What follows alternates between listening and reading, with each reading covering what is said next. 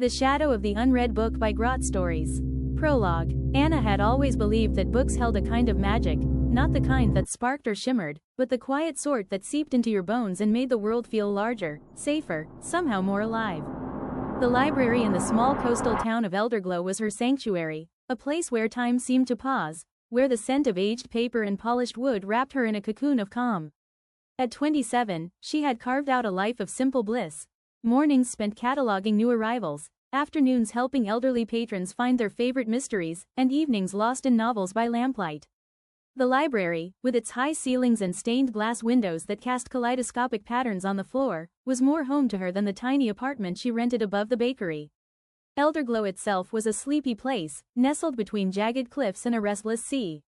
The townsfolk were kind but kept to themselves, their lives woven into the rhythm of the tides and the occasional tourist season. Anna liked it that way. She wasn't one for grand adventures or loud disruptions. She preferred the predictable cadence of her days, the soft rustle of pages, the gentle creak of the library's oak floors. Her only companion, a tabby cat named Quill, would curl up on the circulation desk, purring as she worked. Life, in its understated way, was perfect. That is, until Harry walked through the heavy double doors one stormy afternoon in late October. The bell above the entrance chimed, a sound Anna barely registered anymore, but something about the air shifted when he entered. It was as if the library itself held its breath. He was tall, with sharp cheekbones and eyes like polished obsidian, dressed in a long coat that seemed too heavy for the season. His dark hair was damp from the rain, clinging to his forehead, and he carried an air of urgency that clashed with the library's stillness. "Good afternoon," Anna said, her voice steady despite the odd prickle at the back of her neck. "Can I help you find something?" Harry's gaze swept the room before settling on her, intense and unblinking. "I'm looking for a book," he said, his voice low, with a faint accent Anna couldn't place. "It's old, very old. It's called the Codex of Veils." Anna frowned, her fingers pausing over the keyboard. The name didn't ring any bells, and she prided herself on knowing every title in Elderglow's modest collection. "I'm not familiar with that one," she said, tilting her head. "Is it fiction? Non-fiction? Maybe it's in our interlibrary loan system." "It's not in any system," Harry replied, stepping closer to the desk. Quill's ears twitched, and the cat lifted its head, staring at the stranger with wide, unblinking eyes. "It's a unique text, bound in black leather, with silver runes on the spine. It wouldn't be on display. It's likely hidden, maybe in a restricted section." Anna laughed softly, though the sound felt hollow. "We don't have a restricted section. This is a small town library, not a medieval archive." She stood, smoothing her sweater. "But I can check the rare books room. We have a few older texts donated by the town's founders." "What's so special about this book?" Harry hesitated, his jaw tightening. For a moment, she thought he wouldn't answer. Then he said, "It's a key to things better left alone, perhaps, but necessary all the same." The words hung in the air, heavy with meaning Anna couldn't grasp. She wanted to press him, but something in his expression, equal parts determination and dread, stopped her. Instead, she nodded and led him toward the back of the library, where a small, locked room held the town's meager collection of historical documents and first editions. The air grew cooler as they approached, and the stained glass windows seemed to dim, their colors muted by the storm outside. The rare books room was little more than a glorified closet, its shelves lined with dusty tomes and yellowed manuscripts. Anna flicked on the light, a single bulb that buzzed faintly overhead. "Let's see what we've got," she said, scanning the shelves. Harry stood in the doorway, his presence filling the cramped space. Quill had followed them, weaving between Anna's legs, his tail flicking with unease. As Anna searched, her fingers brushed against a book that felt wrong. It was tucked behind a row of crumbling almanacs, its black leather cover cold to the touch, the silver runes glinting faintly despite the dim light. Her heart stuttered. She hadn't known this book was here, and yet it matched Harry's description perfectly. The Codex of Veils. She pulled it free, and a faint hum seemed to vibrate through the room, like the echo of a tuning fork. "Is this it?" she asked, holding it out. Harry's eyes widened, and for a moment, she saw something like fear flicker across his face. "Yes," he whispered, "that's it." "Before haven't you opened it?" Anna asked, curiosity overriding her unease. He reached for the book, but as his fingers grazed the cover, the lights flickered. A low, guttural sound, like a growl, rumbled from somewhere deep in the library. Quill hissed, his fur bristling. Anna froze, clutching the book to her chest. Harry's hand shot out, steadying her. Don't, he said sharply, his eyes scanning the shadows. Don't let it go. The air grew heavy, oppressive, as if the library itself were resisting. Anna's hands trembled, but she couldn't let go of the book. It felt alive, pulsing faintly under her fingers. What's happening? She whispered. Harry's gaze was grim. You've just woken something up. The lights went out, plunging them into darkness. Somewhere in the library, a shelf crashed to the floor. Chapter 1. The Stranger's Request. The rain had been falling in sheets all morning, drumming against the library's stained glass windows and casting a soft, muted glow across the polished oak floors. Anna stood behind the circulation desk, her fingers dancing over the keyboard as she updated the catalog with a new shipment of cozy mysteries. The library in Elderglow was quiet today, save for the patter of rain and the occasional creak of the old building settling. Quill, her tabby cat, lounged on the desk, his amber eyes half closed, purring softly as she worked. At 27, Anna had found a rhythm in this small coastal town, a life of predictable joys, where the scent of old books and the rhythm of her routine wrapped her in a cocoon of contentment. The library was her haven, a place where the world's chaos couldn't reach her. She glanced at the clock above the reference section. 2:47 p.m. The storm had kept most patrons away, leaving her to savor the solitude.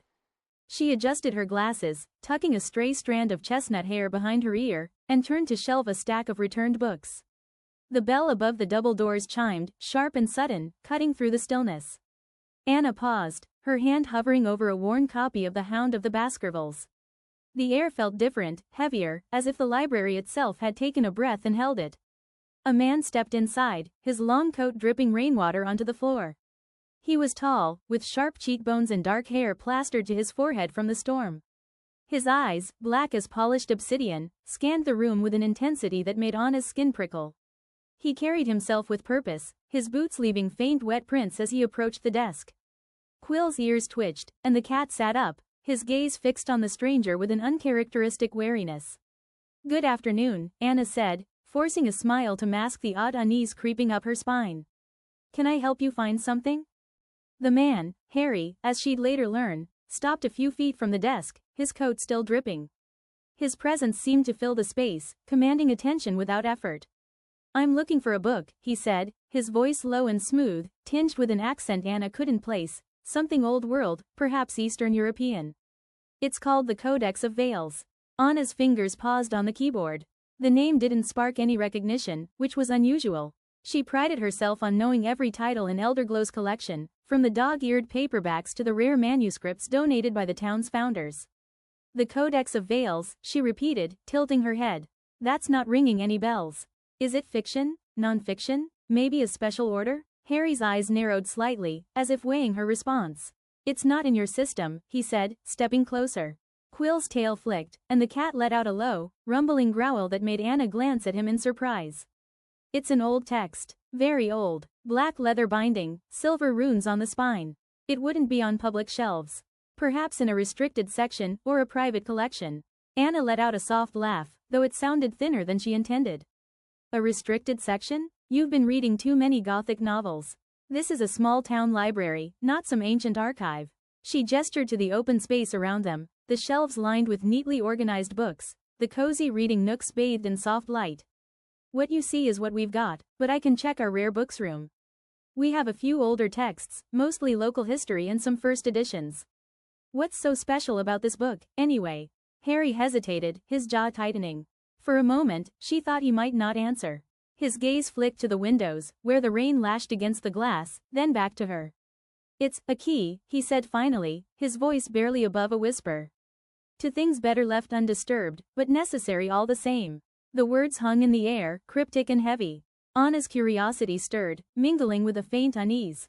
She wasn't used to patrons speaking in riddles, and something about Harry's intensity made her feel like she'd stumbled into a story she didn't understand. Still, she was a librarian, and a request was a request. All right, she said, pushing away from the desk. Let's take a look. The rare books room is this way. She led him toward the back of the library, past rows of shelves that seemed to lean inward as the storm's shadows deepened. Quill trailed behind, his tail low, his eyes never leaving Harry. The rare books room was a small, windowless space tucked behind the reference section, its walls lined with locked glass cabinets and a single wooden table. The air inside was cooler, tinged with the musty scent of old paper and leather. Anna unlocked the door with a key from her pocket, flicking on the light, a single bulb that buzzed faintly overhead. "Here we are," she said, gesturing to the shelves. "It's not much, but if your book is anywhere, it's here. Black leather, silver runes, right?" Harry nodded, his expression unreadable as he scanned the room. He didn't move to help, instead standing in the doorway, his hands shoved into his coat pockets. Anna felt his gaze on her as she ran her fingers along the spines, searching for anything that matched his description. The titles were familiar: a 19th-century history of Elderglow, a collection of maritime logs, a few poetry volumes with cracked bindings. Nothing out of the ordinary. "Do you know anything else about it?" she asked, glancing over her shoulder. "An author, maybe? Or what it's about? That might help narrow it down." "It's not that kind of book," Harry said, his voice clipped. "It's not meant to be found easily. It hides itself." Anna raised an eyebrow, her skepticism growing. "Hides itself? That's a new one. Books don't exactly play hide and seek." She turned back to the shelves, her fingers brushing against a row of almanacs so old their pages were brittle. Something caught her eye, a faint glint of silver behind the stack. Her heart skipped a beat. She reached in, pushing the almanacs aside, and her fingers closed around a book that felt wrong. It was cold, unnaturally so, its black leather cover smooth and unblemished despite its apparent age. Silver runes shimmered faintly along the spine, their shapes unfamiliar, almost shifting under her gaze. "Is this it?" she asked, holding it up. The weight of it felt heavy in her hands, heavier than it should have been for its size. Harry's eyes widened, a flicker of something, relief, fear, or both, crossing his face. "Yes," he said, stepping forward. "That's it." Anna turned the book over, examining it. There was no title on the cover, no author's name, just those strange, glinting runes. The leather seemed to pulse faintly under her fingers, though she told herself it was just her imagination. "The Codex of Veils," she read aloud, tracing the runes. "How did you know it was here? I've never seen this before, and I know every book in this place." Harry didn't answer right away. He reached for the book, but as his fingers grazed the cover, the light above them flickered. A low, guttural sound, like a distant growl, rumbled through the room. Quill hissed, his fur bristling, and darted under the table. Anna's grip tightened on the book, her pulse quickening. "What was that?" she asked, her voice barely steady. Harry's hand froze, his eyes darting to the shadows. "Don't let go of it," he said sharply. "Not yet." The air grew thick, oppressive, as if the room were closing in. Anna's hands trembled, but she couldn't release the book. It felt alive, its faint pulse syncing with her own heartbeat. "What's going on?" she whispered, her eyes locked on Harry's. "What is this thing?" He met her gaze, his expression grim. "You've just woken something up." The light flickered again, and the growl returned, louder this time, echoing from somewhere deep in the library. Anna's breath caught as she realized it wasn't coming from outside, it was inside, somewhere among the stacks. The book in her hands seemed to hum, a low vibration that sent a chill down her spine. She wanted to drop it, to run, but her fingers wouldn't obey. Harry stepped closer, his hand hovering over hers, not touching but steadying her all the same. "Keep it close," he said, his voice low and urgent. "And don't open it." "Not here." "Why not?" Anna demanded, her fear sharpening into frustration. "Who are you, and what's so dangerous about a book?" Harry's jaw clenched, and for a moment, she thought he'd dodge the question again. Then he said, "My name is Harry. And that book, it's not just a book. It's a door, and something on the other side knows we're here." Before Anna could respond, the light went out, plunging them into darkness. Somewhere in the library, a shelf crashed to the floor, the sound reverberating like a gunshot. Quill yowled, and Anna's heart pounded as she clutched the codex, its cold leather burning against her skin. Harry's hand closed around her wrist, his grip firm but not painful. "Stay with me," he said, his voice cutting through the dark. "This is only the beginning." Chapter 2. The Codex Awakens. The darkness in the rare books room was absolute, a suffocating void that seemed to press against Anna's skin. The Codex of Veils pulsed in her hands, its leather cover unnaturally cold, the silver runes faintly glowing, casting an eerie light that did little to pierce the shadows.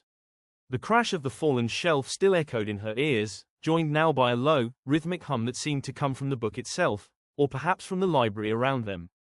Quill's yowl had faded to a low growl, the tabby's eyes glinting from beneath the table. Harry's grip on her wrist was steady, grounding her as her heart raced. "What's happening?" Anna whispered, her voice trembling. She couldn't see Harry's face, but his presence beside her was a tether in the chaos. The air felt thick, charged, like the moment before a lightning strike. "Don't let go of the book," Harry said, his voice low and urgent. "It's awake now. It knows we're here." Awake? Anna's mind reeled. It's a book, not a person. Books don't wake up. But even as she spoke, the Codex vibrated in her hands, a subtle tremor that sent a shiver up her arms. The runes glowed brighter, their strange shapes twisting like smoke. Before Harry could respond, the light flickered back on, weak and stuttering. The rare books room looked unchanged, shelves intact, table undisturbed, but the air felt wrong, heavy with a presence Anna couldn't name. Quill darted out from under the table, his fur bristling, and pressed himself against her legs. The growl from the library's depths had stopped, but the silence was worse, thick with anticipation. Harry released her wrist and stepped back, his eyes fixed on the Codex. "We need to move," he said. "It's not safe here, not safe." Anna's voice rose, sharp with frustration. "This is my library. I've worked here for years, and nothing like this has ever happened. You show up, ask for some creepy book, and now shelves are falling and lights are going out. You need to start explaining." Harry's jaw tightened, but his gaze softened, as if he understood her fear. "I will," he said. "But not here, not now. The Codex, it's not just a book. It's a vessel, a conduit. Touching it, pulling it from its hiding place, you've stirred something. We need to get it somewhere secure before it gets worse." "Worse?" Anna clutched the book tighter, her knuckles whitening. "What's worse than this?" Harry didn't answer. Instead, he gestured toward the door. "Back to the main library. Stay close." Anna hesitated, her instincts screaming to drop the book and run. But something about Harry's urgency, the way his eyes darted to the shadows, kept her rooted. She nodded, tucking the Codex under her arm, and followed him out of the room. Quill trailed behind, his tail low, his ears pinned back. The main library was dim, the stained glass windows dulled by the storm outside. The rain had intensified, hammering the roof like a drumroll. Anna's eyes scanned the stacks, half expecting to see the fallen shelf, but everything appeared intact. Too intact. The silence was unnatural, the kind that made your skin crawl, as if the library were holding its breath. She glanced at Harry, who moved with a predator's grace, his coat still dripping as he scanned the room. "Where's the shelf that fell?" Anna asked, her voice barely above a whisper. Harry paused, his head tilting as if listening. "It wasn't a shelf," he said finally. "Not exactly. The Codex, it distorts things. Space, sound, perception. What you heard wasn't just a crash, it was a warning."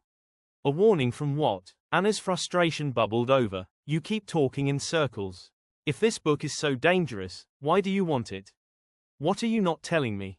Harry turned to face her, his obsidian eyes locking onto hers.